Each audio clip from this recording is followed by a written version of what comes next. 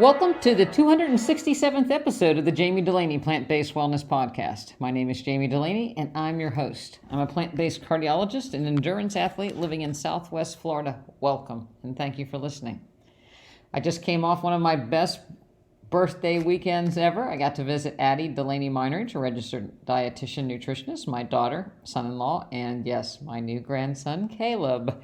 And he's doing quite well, thank you. A little over 10 weeks, and he's smiling, and he's my new best buddy. So it was a great weekend to spend with them.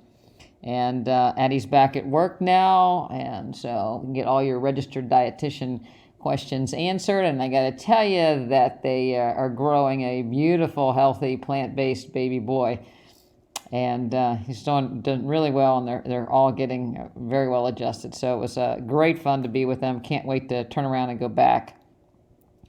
But the rest of this week, since I got back, it's always the, come back to reality after a great weekend like that. And it's been a little bit of a hard transition. I lost my dog, Samantha, and trying to go on, and it's been a little frustrating. There's been some crazy things that happened. I applied to a couple German Shepherd rescue sites, and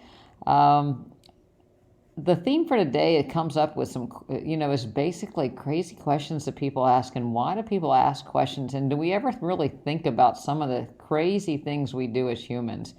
And starts with the dogs and ends with vaccinations and people. And maybe you'll find some of this humorous. Maybe you won't. Maybe it'll insult you. Maybe it won't. Maybe it'll make you think a little bit about what's going on in the world. And maybe it'll change your view. Maybe it won't. But, here goes. So I applied for this couple German Shepherd rescues. And, on the rescues, there are all these dogs. And nobody has a home. And we need people desperately. Yet nobody can process our application because of COVID. Now, I have no idea what processing and using, reading and looking on email has to do with a virus, but it's affected everything that people do. So if you don't want to do anything, you can blame COVID for any problem that you're actually having. But one of the questions that was sent to the references, I think I had to list 6 or 8 references for one site, and one of the references was my nurse that I used, so I got to see the questions that came back. And they asked, what was my greatest achievement?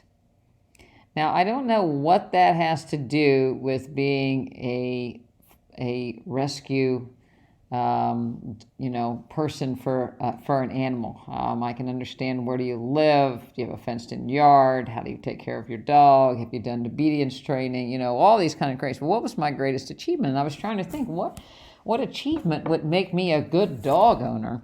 And what answer would she might put, if you were an Olympic pole vaulter, does that make you is that a great achievement that would make you a good dog owner? Having a child is one of my greatest achievements, but would that make me a good dog owner? I don't know. Being vegan, that might not make me a good dog owner, because depending on how you feel about what you feed your dogs. But crazy things like that, that people, again, tie themselves up with questions that just muddy the waters. When you talk to physicians, we were trained in the era of give these vaccinations to people to save them from awful, awful diseases. We were never taught about the prevalence of these diseases or how they were affecting the world at the time, or the side effects of these vaccines. But you can ask a doctor, how do you feel about vaccines? And I can tell you that 100% of the time, most physicians are going to give the correct answer for the test. Just like our boards, there's a lot of questions on the boards that I would not get right if I answered according to what is reality versus what is pharmaceutically driven. But maybe it might be better off if you were going to ask your physician, what's the mechanism of these various vaccines? Are they all alike? Are they live viruses, attenuated viruses? How does it help? What kind of viruses are given, to a perfectly healthy person, hoping to make them immune to other viruses? When you start to think about it, you start to question some of these things. if you ask your doctor, most doctors aren't plant-based. You might say, how do you feel about being plant-based? And you'll probably get a stuttering answer if or everybody needs meat, or maybe they'll tell about, keto or low carb, or just say eat healthy. That's usually the box answer, eat healthy and exercise. But maybe you can, ask a little bit, further to your physician, do you believe that eating plant-based could actually reverse heart disease or reverse lifestyle diseases?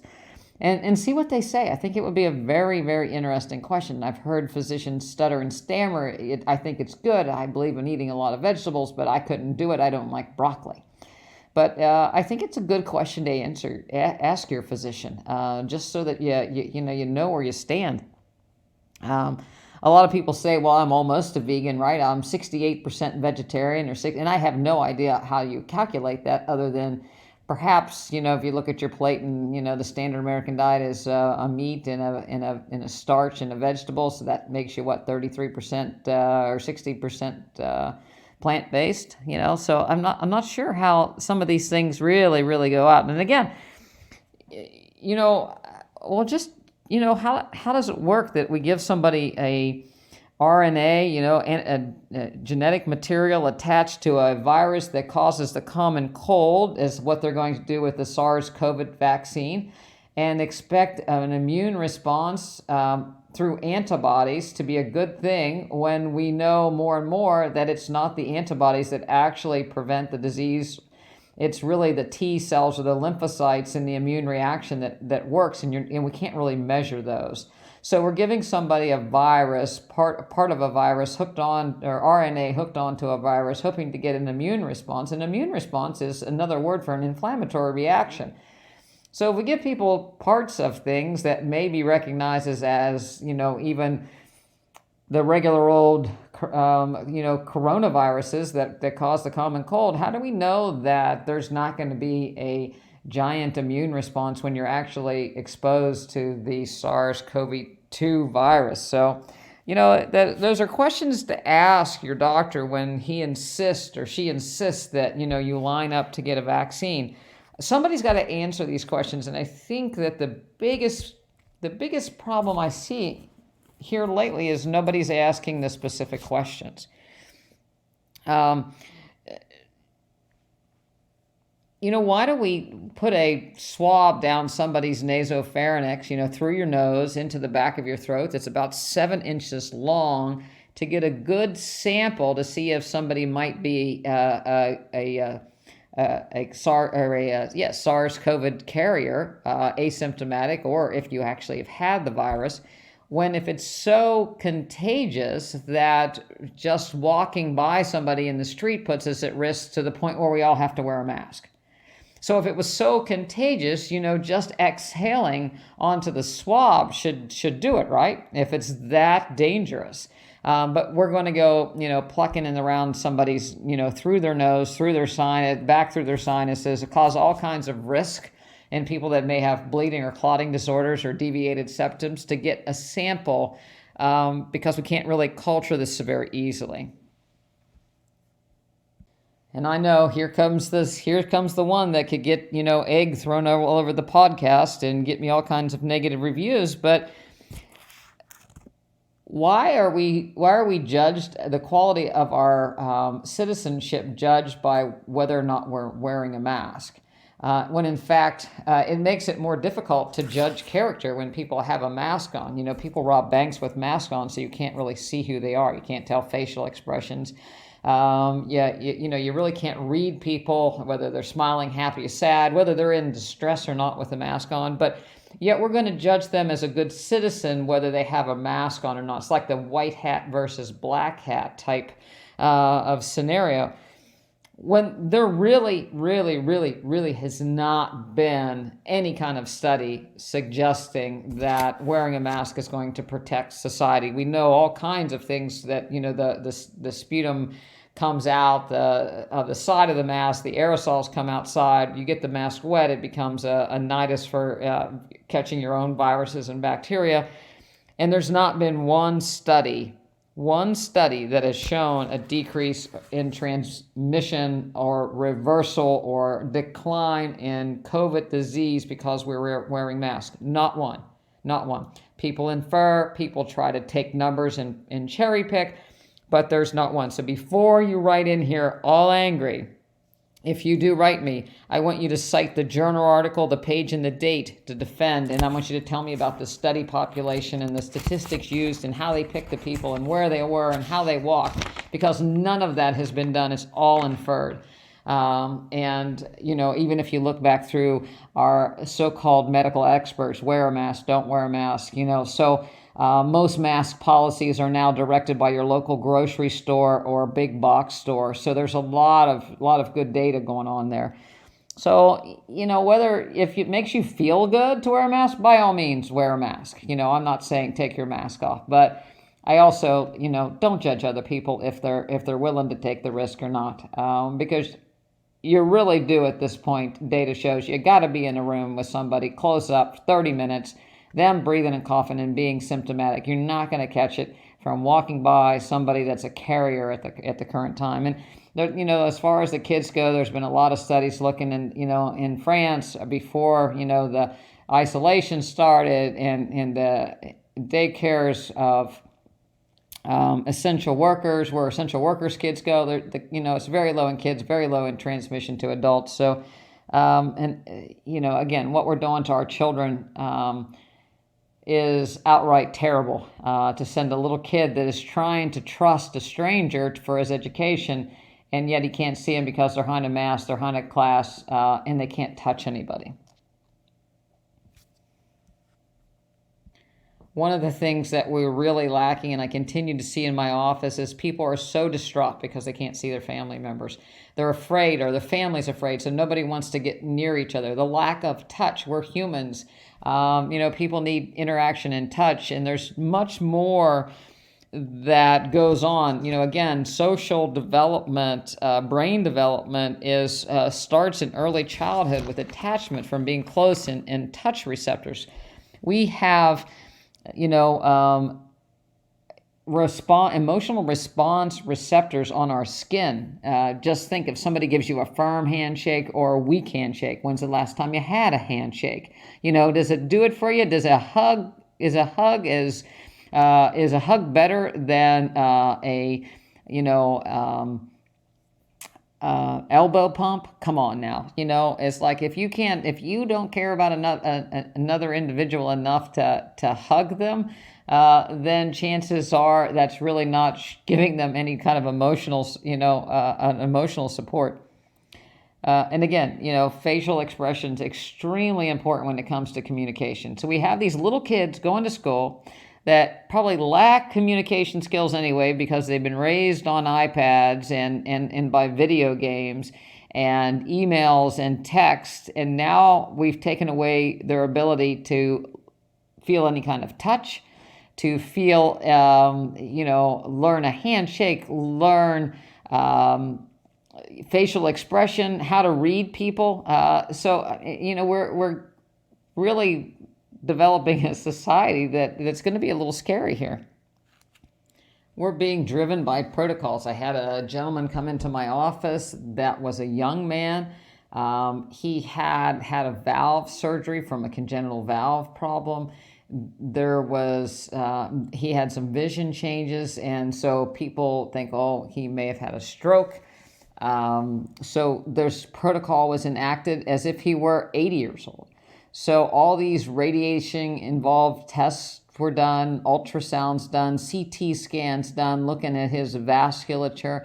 The reality of it is, at his age, even if he smoked cigarettes, he'd have trouble being that blocked off that he'd need that much x-rays, and DNA damaging procedures done, looking for the source of this vision change, which may have come from the suture line of his valve surgery that is easily treated with a simple aspirin for a few weeks.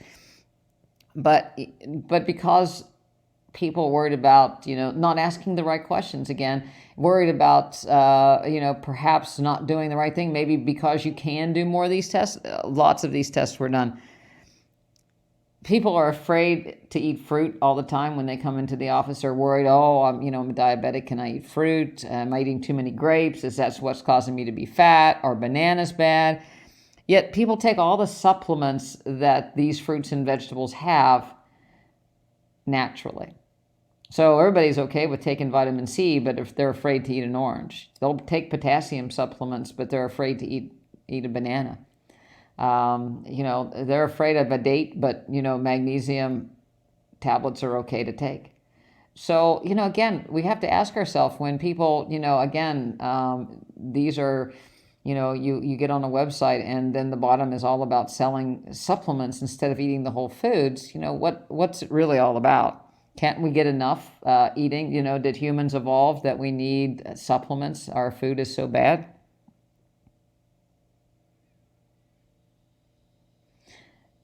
People go to exercise, and I heard this, people, going to go from the couch to a boot camp type of workout where if you don't come out, or, I've done it myself, you start a weightlifting program. If you don't come out so sore you can't stand up, then you didn't get your money's worth, or you really weren't doing enough.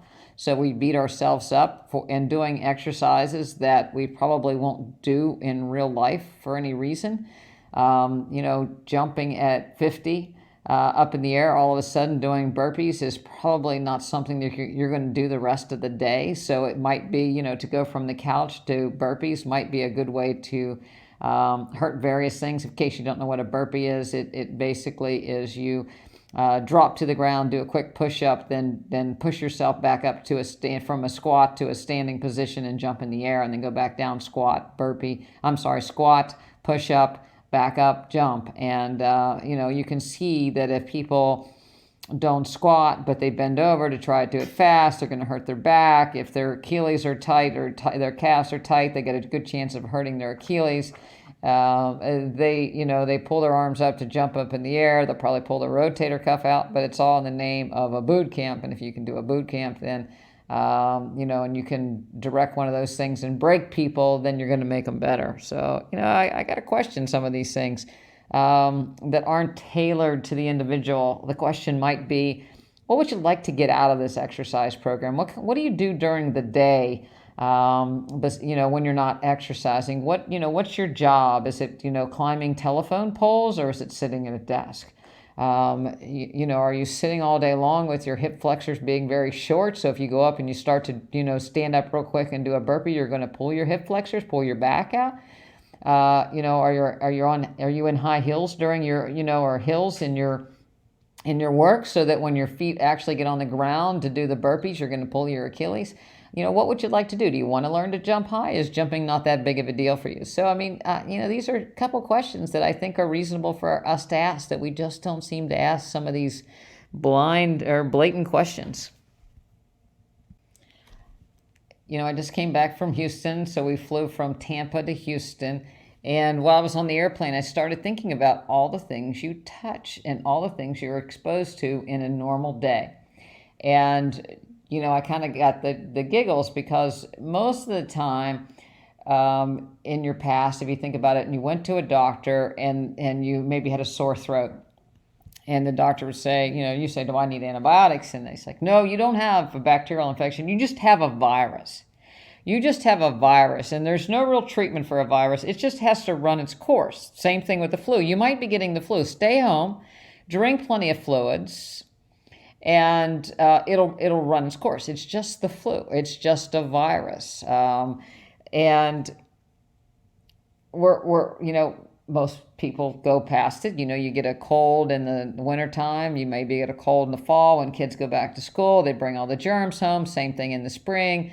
Down here we blame the Canadians when they come down in the fall, to Florida, and they bring, a new set of microbes down, and people get viruses, but then you get past it. And some people get more colds than other people because of their immune response. Sometimes if you have chronic lung disease, it can be quite nasty, and a viral infection can lead to a pneumonia, so it can be serious. And you need antibiotics. But, nobody questions why they got it, and nobody blames anybody else for why they got it. We don't, put roadblocks up to block the Canadians from coming to Florida so they can't bring us down the virus. There's not, I've heard of people that can't go to Massachusetts from Florida without getting COVID tested and then tested there and quarantining. We don't do that, for in regular times, but we're doing it now. So, but if you look at all the things you touch, got out of the car and the railing on the people mover, the buttons in the elevator, the arms on the chairs that you sit in, both on the plane and while you're waiting, the belts that you put and the bags you go through TSA screening, the doorknobs that you touch, the counters that you lean on, the screens that you touch to get your tickets, the screens that you touch to buy things. Think about it just even during the day, how many doorknobs you touch, how many handles do you touch, where do you put your hands when you sit down at various chairs along the way, as you go, the carts that you touch, the produce in the cans that you pick up, the mailbox, that you touch, keyboards, other people's keyboards, when we do a marathon or an Ironman, you're outside all day long, we swim in water that's not, it's a river water, and you come out and you change your clothes or somebody helps you change your clothes. People pee in that water and your hands you don't wash your hands before you change your clothes, and you grab something to eat and you go on to ride your bike and, your nose is running and people are handing you bananas, and then you finally get back in and you change your clothes again, and people hand you sunscreen and you grab that, you grab something else to eat, you grab some water, you fill up your water bottle, people are high-fiving you all over the place. Marathons, kids are high-fiving you, giving you, food. People take orange slices from strangers along the road, and the water's filled up. How? And nobody dies from infections. So we're exposed to a tremendous amount of microbes and viruses during those days, and everybody lives. Was it coronavirus? No, it's not coronavirus, but were they viruses and microbes? Yes. And through doing that, triathletes and endurance athletes are some of the healthiest people I know, because they've got probably a very wide exposure to these microbes. They're getting their own little vaccination protocol as they go, just as they have little exposures. So, I think when we're so panicked over, this virus that is causing, again, people to become depressed and, isolated. And we have to really question, why are we so afraid of all this? It's just crazy. We can't live in a bubble. The little boy that lived in the bubble wanted out of the bubble because it was no quality of life. And so I think that, just think about some of these things and ask questions. And again, before we all fall in line like sheep, following some fear, from statistics and rules that that aren't scientists are making, or people that are biased that are making, just ask the questions. All I'm asking, just ask the question for yourself. And if you get an answer you like and it causes you to go hide in the closet, fine. But make sure you ask the question, and make sure you listen for other people when they say, ask the details from behind. When they say they said, who are they? Where did they get their information? Maybe look at the study. Where did it actually come from? Do a little fact checking on your own. You might be surprised at what you actually see. People that are so-called experts or pundits may be biased in ways that you had no idea. And before you get all bent out of shape that I haven't done anything about plant-based nutrition or even endurance, I want to go on that. Talk a little bit about blood pressure. When you exert yourself, your blood pressure naturally goes up. We do a stress test on people, their blood pressure goes up, and we don't even call it abnormal until it gets to 220. And then as soon as we stop the exercise, the blood pressure comes back down. So if people take their blood pressure during exercise or weightlifting, your blood pressure can go very high. It goes up, but then it comes back down. We worry about people's blood pressure if it stays up continuously. That's a problem if it's up. But your blood pressure is going to fluctuate based on your level of activity, based on your sympathetic tone. So if you're running, weightlifting, you know, bearing down to lift a weight, holding your breath, your sympathetic tone increases, your blood pressure is going to increase. And then, when that activity is over, your blood pressure goes down. The more time you spend in a high sympathetic state, the higher your blood pressure may very well be. So, if the blood pressure is high, one of the things to do is, breathe through your nose, do some nice diaphragmatic breathing, slow everything down, breathe in, hold it, breathe out. And think about what's going on that's driving your sympathetic tone. And a lot of people will meditate and their blood pressure comes down, and then as soon as they're done meditating, they go back right into their old sympathetic lifestyle. And it's like, no, you got to keep that. It's like going to church and you're coming out and you get mad in the parking lot. It really didn't do you much good to listen to that nice sermon on how you should love your neighbor if you're going to yell at them when they pull out in front of you.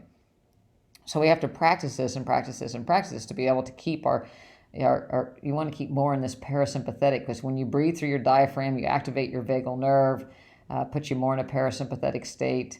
You deliver more oxygen to your tissues. It's all good. The other thing that I question is sometimes, we know that if we fast people for 40 days, their blood pressure will come down, taking all the salt away from them. But some people are doing intermittent fasting and their blood pressure actually can go up. And it's like, why would this be? I don't have any food in my stomach. Why could my blood pressure go up? Well, again, back to the sympathetic tone. But if we're actually trying to reverse some vascular disease as well as the sympathetic tone, and we know that if the endothelial cell is damaged and is producing less nitric oxide, which lets the blood vessel constrict, then eating vegetables, specifically greens, that mix with our saliva and the microbes in our tongue to produce nitric oxide, if we don't eat those, that medicine's not going to be there. So just like you didn't take your blood pressure medicine, if you take blood pressure medicine, if you don't eat your greens, then you're not going to produce that nitric oxide to actually help reverse that vascular disease. So yeah, doing a fast, I think is fine. Certainly a fast gets the sodium out of your diet, so lets the volume in your system come down. Most people become a little bit dehydrated when they're fasting over time, depending on how, and their blood pressure comes down. But to really reverse that vascular disease, if you're not fasting for 40 days, you might be better off eating those greens. So I make the suggestion to people is to eat those greens, on a frequent spread out basis, just like you would take if you were taking a medicine 3 times a day. That make sure you get those greens in, so your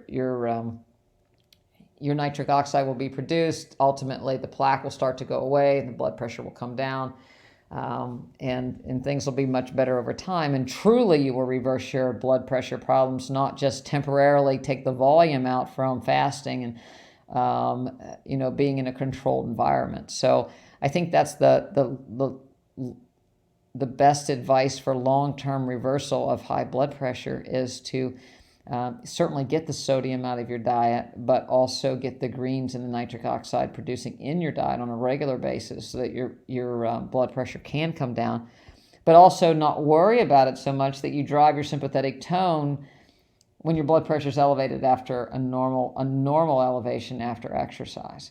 So, be okay with your blood pressure can go up after or during your exercise, and then it'll come back down, and it'll fluctuate during the day according to what happens to you and how you react to it.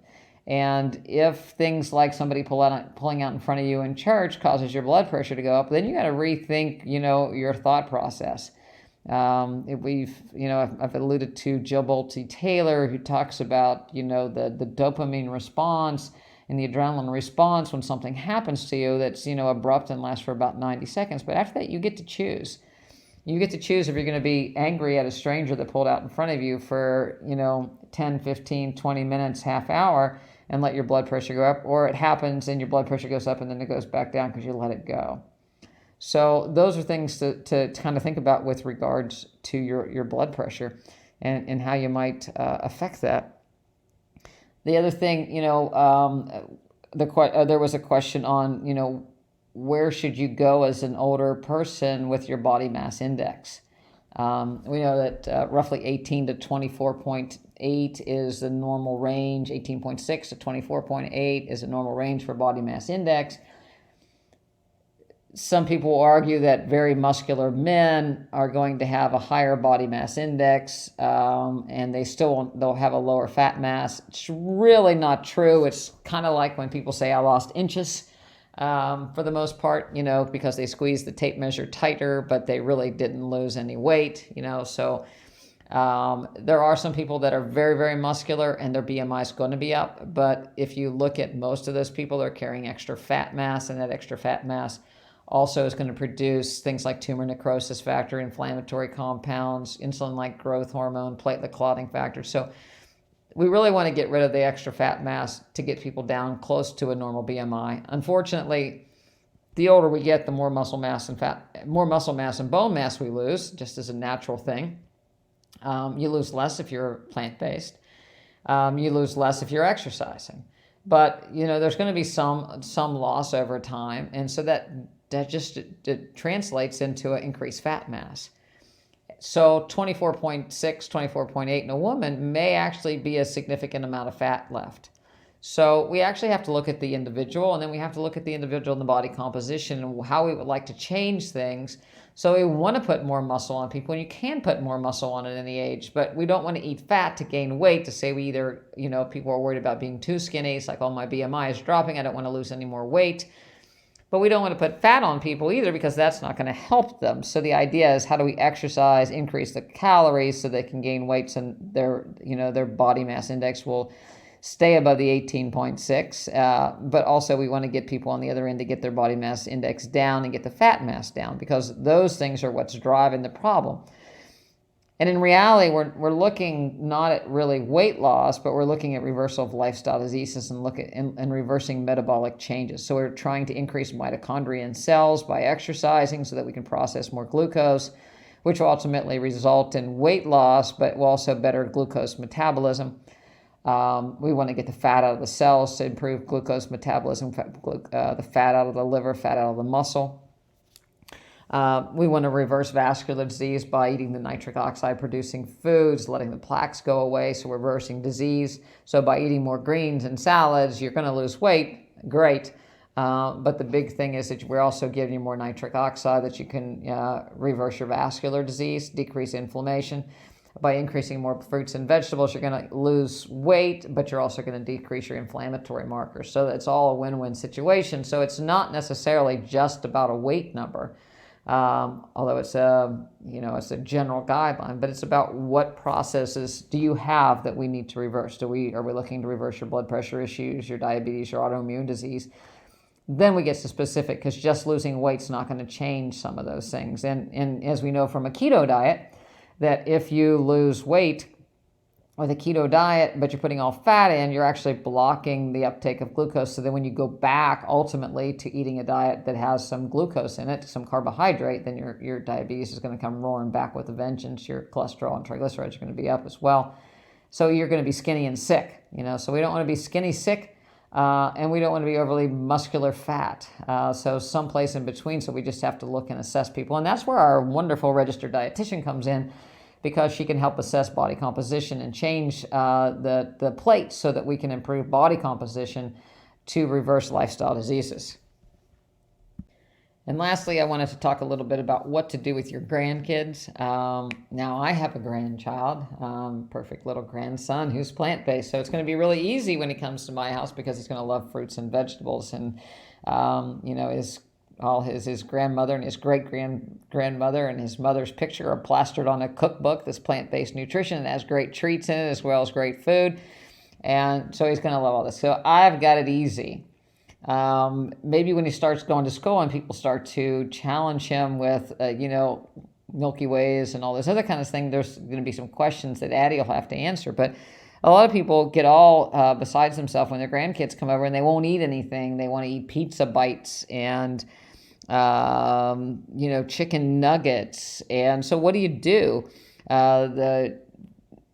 The banana ice cream is not, ice cream made out of bananas and fruits, not sweet enough. What do?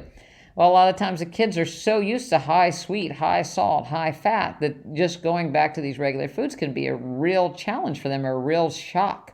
If you're used to eating pure sugar, an apple's not going to be all that sweet. So it's going to take a time for transition, but it ultimately does, and certainly it's better for them. And I think people have to remember when they eat these processed foods, whether it's the pizza bites or chicken nuggets in the box or Tyson's this or whatever, they're processed with genetically modified ingredients, high fructose corn syrup that is, again, genetically modified. So you're giving these kids highly processed, high sugar, high fat, high salt, chemical-laden foods that's going to really, really hurt them in the long run. So what do? Well, you make little pizzas. So we have, in the cookbook, the little pizza recipes, and let them dress their own. Pick out their favorite toppings. It could be goofy, it could be pineapple, or it can be something they want to put on it. Make the sauce, participate. It's a way to teach them, a little science on how to put things out and to make things. You can, have a little discussion, but kids like to do things like that. You can make chicken nuggets, using things like, texturized vegetable protein, which is a bit processed itself, but less so, or 2-ingredient type chicken nuggets that are a little bit different. But there's lots of ways to get around it, or perhaps just do a seasoned tofu that's easier to get around, or a tempeh. But kids' taste buds will change if you give them the opportunity, and certainly if you get it there. If you put a Snickers and an orange out, they're going to eat the Snickers. They're not going to eat the orange, especially if they've not been exposed to the orange before.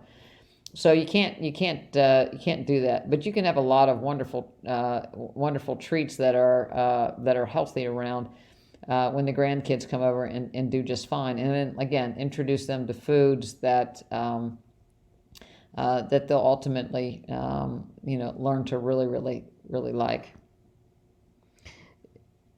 We have to teach our kids to chew so that their jaw develops, so they don't need $10,000 worth of braces. We also have to give kids fiber. Kids, we know that colon cancer is backing up into the people in the age of 40s and 50s, but, a lot of kids are constipated. That can lead to a lot of problems and stomach issues. And GI issues over time, and change in their microbes and irritable bowel and all kinds of things. Changes mood, because we know our GI tract is related to our emotions and our psychological well-being with the production of dopamine and serotonin. So feeding kids these foods and expecting them to behave correctly or behave appropriately is kind of, you're asking for trouble when you give people a bunch of chemicals and you expect them to be healthy and happy and well-adjusted. It's just not going to happen. So, I don't think, again, to be a good grandparent, you have to give your grandkids unhealthy food. And I don't think your kids are going to be upset with you if you give your grandkids healthy food. They should be upset with you if you continue to give them unhealthy food with a bunch of artificial ingredients. Even if they give them that, they should still also be upset with you if you keep it going. Somebody's got to be the bigger person. So that's my rant and rave. I was going to make it a lot worse. I don't think I made it too negative for today, because I think overall it is positive. I just think we have to stop and look, and some of the stupid questions that we don't ask, and some of the stupid things that we do that don't make any difference and make our life so complicated. For what reason? So it's, enjoy yourself, get out and get some sunshine, go for a run, won't hurt you. Don't wear a mask when you run outside. Get good microbes, inhale some good microbes outside this weekend. And, hug your family, hug your dog, hug your cat, hug a tree, touch something, touch someone. Don't be afraid. You can wash your hands real quick afterwards if you need to, but don't make people, especially kids, all paranoid. I think, the old saying is you got to eat a pound of dirt. I think it probably still holds true. So I'm not being cavalier about COVID. People do get sick and die from it. It can be nasty, especially in immunocompromised, but the idea is let's focus on what you can do. And you can make yourself a lot healthier eating a whole food, plant-based diet. You can improve your immune system by getting outside and getting some sunshine. You can improve your mood and your immunity by having a better outlook on life and being around family and eliminating depression and reaching out and helping somebody. So I hope you enjoy your weekend. Thank you for listening. See you next time.